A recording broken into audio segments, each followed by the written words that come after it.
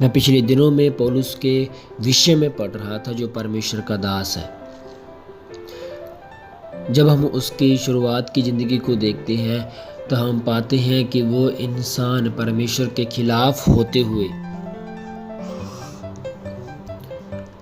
परमेश्वर का विरोध कर रहा था, परमेश्वर के लोगों का विरोध कर रहा था। और इस दुनिया में उसे रोकने वाला कोई भी इंसान नहीं था जो उसे यह कह सके कि तू परमेश्वर के लोगों का विरोध क्यों करता है और परमेश्वर के खिलाफ क्यों खड़ा है। क्योंकि वह शाऊल, वो इंसान एक अधिकार के साथ ये कार्य कर रहा था, जो अधिकार उसने इस दुनिया के लोगों से प्राप्त किया हुआ था। वचन में लिखा है कि वो अच्छा पढ़ा लिखा और एजुकेटेड बंदा था, पर वो परमेश्वर के खिलाफ था जब तक उसे प्रभु यीशु मसीह नहीं मिले। और वो इंसान उस अधिकार के साथ परमेश्वर के खिलाफ खड़ा रहा और परमेश्वर के लोगों के खिलाफ खड़ा रहा। मैं आपका भाई सैमुअल कपूर,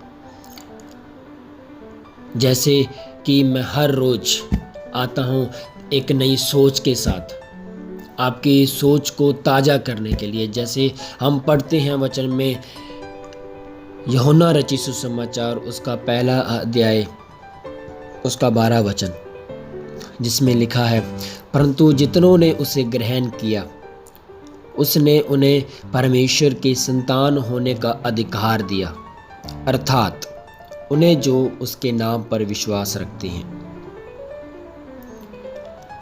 प्रभु में मेरे प्यारे प्रियो, परमेश्वर ने हमें ये अधिकार दिया जो हम उसके संतान कहलाने वाले बने।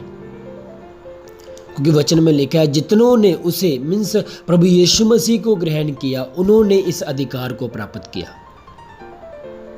हम आज क्या हो चुके हैं, इस चीज को भूल चुके हैं कि क्या हमारे पास अधिकार है, और यदि आज हमारे पास अधिकार है तो किस चीज का अधिकार है, हम ये भूल चुके हैं। परमेश्वर आज भी चाहते हैं कि उसी अधिकार को जो परमेश्वर ने प्रभु यीशु मसीह के द्वारा हमें दिया, हम उस अधिकार को परमेश्वर में, प्रभु यीशु मसीह की रज़ा में, प्रभु यीशु मसीह की प्रेजेंस में हम उस अधिकार को इस्तेमाल करें।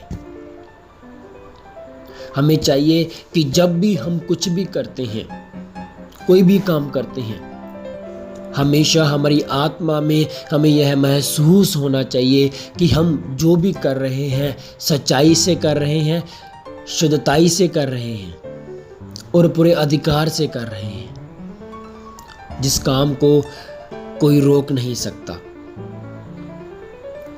और वो अधिकार जो परमेश्वर ने हमें दिया प्रभु यीशु मसीह के द्वारा, वो अधिकार ऐसा अधिकार है जो कभी खत्म होने का नहीं।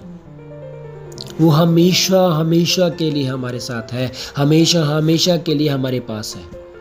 क्योंकि वो परमेश्वर ने हमें उस अधिकार को दिया जो अधिकार परमेश्वर खुद रखते हैं।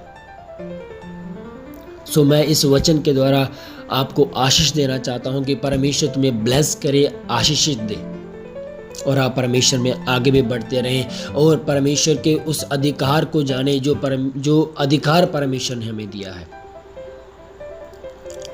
परमेश्वर आपको आशीष दे।